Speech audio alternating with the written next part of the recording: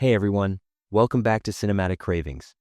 Today, the most mysterious man in cinema, Benoit Blanc, is back, and this time, the mystery is darker than ever. Rian Johnson's new film, Wake Up Dead Man, a Knives Out mystery, is poised to be one of the year's most talked about releases, with an irresistibly moody vibe and a star-studded cast. But before we dive in, if you want more content like this, smash that like button, subscribe to the channel, and hit the bell so you don't miss new videos. Let's get into it. Rian Johnson's much-anticipated Wake Up Dead Man, a Knives Out mystery hits theaters in a limited run on November 26, then arrives on Netflix worldwide December 12. The third film in the series drew huge applause at the Toronto Film Festival, reminding audiences how a classic and modern detective story can merge into something fresh. Daniel Craig's unforgettable detective Benoit Blanc is dropped into a completely different atmosphere this time. We're not on Greek islands or in lavish mansions. The story unfolds in an old church in a quiet town in upstate New York. It all begins when Monsignor Wicks dies under mysterious circumstances during Sunday Mass. The scene is small, the suspect pool is tight, but everyone has secrets. For Blanc, this isn't just a case. It becomes a personal journey where he confronts his own beliefs. Director Rian Johnson isn't trying to subvert the genre this time. He's returning to its roots. The first Knives Out was a modern spin on a classic whodunit, while Glass Onion toyed with parody. Wake Up Dead Man is a straight-up mystery. It doesn't play tricks on the viewer. It invites you to think alongside it. That shift brings both freshness and weight to the series.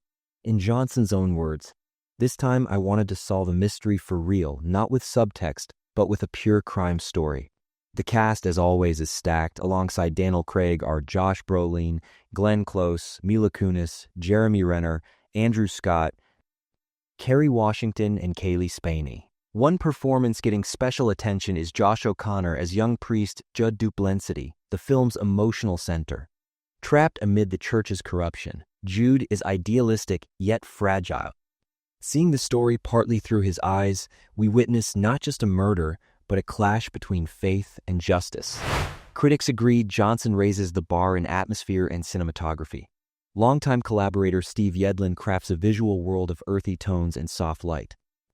At TIFF, critics called the mood melancholic, not gothic, noting how the warm palette contrasts beautifully with the character's moral decay.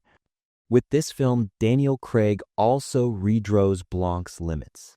He's no longer just a razor-sharp showman. He's tired, questioning, and at times unsure of his own sense of justice.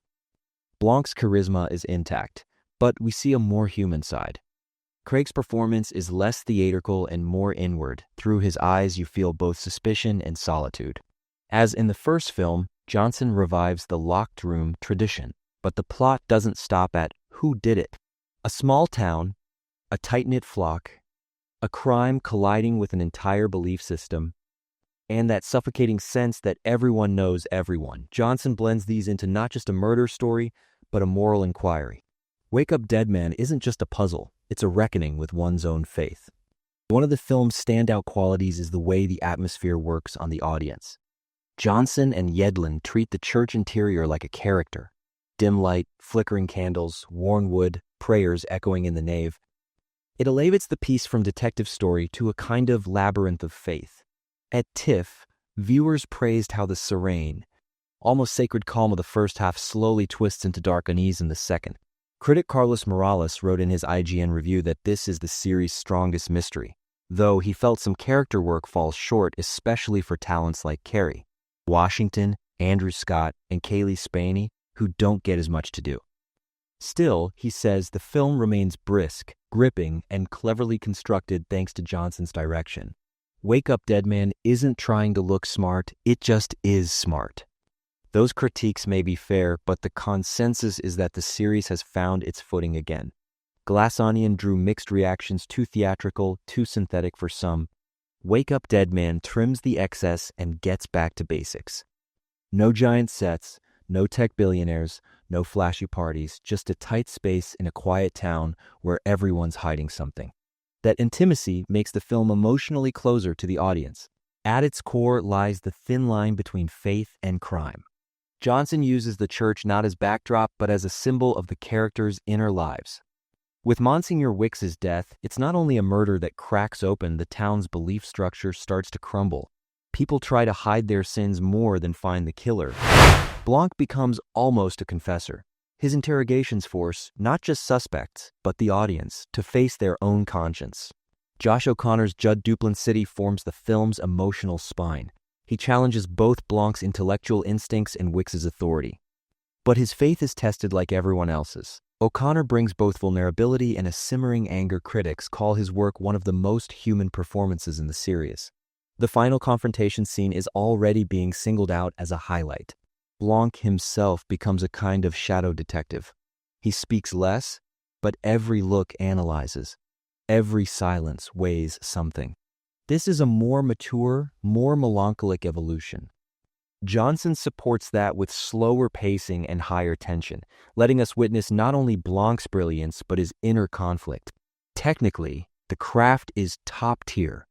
Steve Yedlin's frames look like paintings, careful compositions, earthy colors reflecting both the town's texture and the character's collapse. Johnson opts for less but stronger, restrained camera moves, gentle cuts, dialogue that evokes classic detective fiction. In IGN, Morales notes the visual world feels less like a crime story and more like a sacred space slowly decaying. The film carries a near-spiritual aesthetic. A murder in a church blossoming into the dissolution of faith hits emotionally as much as logically. Johnson seems more interested in solving people than solving crimes. That's what sets Wake Up Dead Man apart.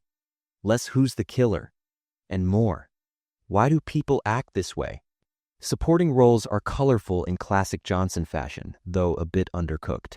Kerry Washington, Andrew Scott, and Kaylee Spaney make strong entrances but aren't fully explored, especially Washington's Vera Draven, who fades after a powerful first-half setup. It's the trade-off of Johnson's big ensembles. Many intriguing figures, but none as deep as Blanc and Jude. Still, there are unforgettable moments. Glenn Close, as Martha Delacroix, brings enormous weight in limited screen time, spiking the tension in the back half. Jeremy Renner's Doctor. Nat Sharp threads seriousness with irony, including a playful nod to his glass onion hot sauce gag catnip for fans of Johnson's interconnected universe. The music is striking too. Instead of lush orchestral swells, Johnson leans into minimal writing and choir-like textures inspired by church music.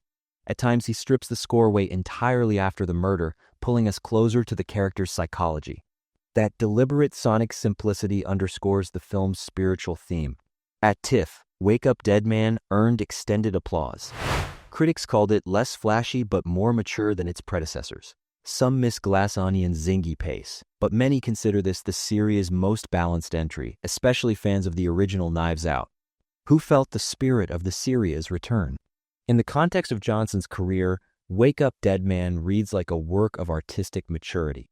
The director isn't just playing with genres, he's understanding and simplifying them. After reshaping sci-fi with Looper and flipping the mystery with Knives Out, he strips it all down here for a pure story. The result is darker, calmer, and unexpectedly emotional. On the surface, the script is a classic murder tale. Underneath, it's Johnson observing human nature. Every character is trapped between faith, guilt, and conscience. The church amplifies that struggle. The recurring confession motive is handled with finesse. It's less about solving the crime than reaching the moments of admission. We rarely watch a simple culprit, we watch people living with guilt. That's what sets this apart. The victim and the killer are secondary to the darkness inside us all. There's also a self-referential streak, subtle nods to cinema, Johnson's past work, and detective literature. Some, like IGN's Morales, found these winks a bit playful. Others saw them as part of Johnson's humor.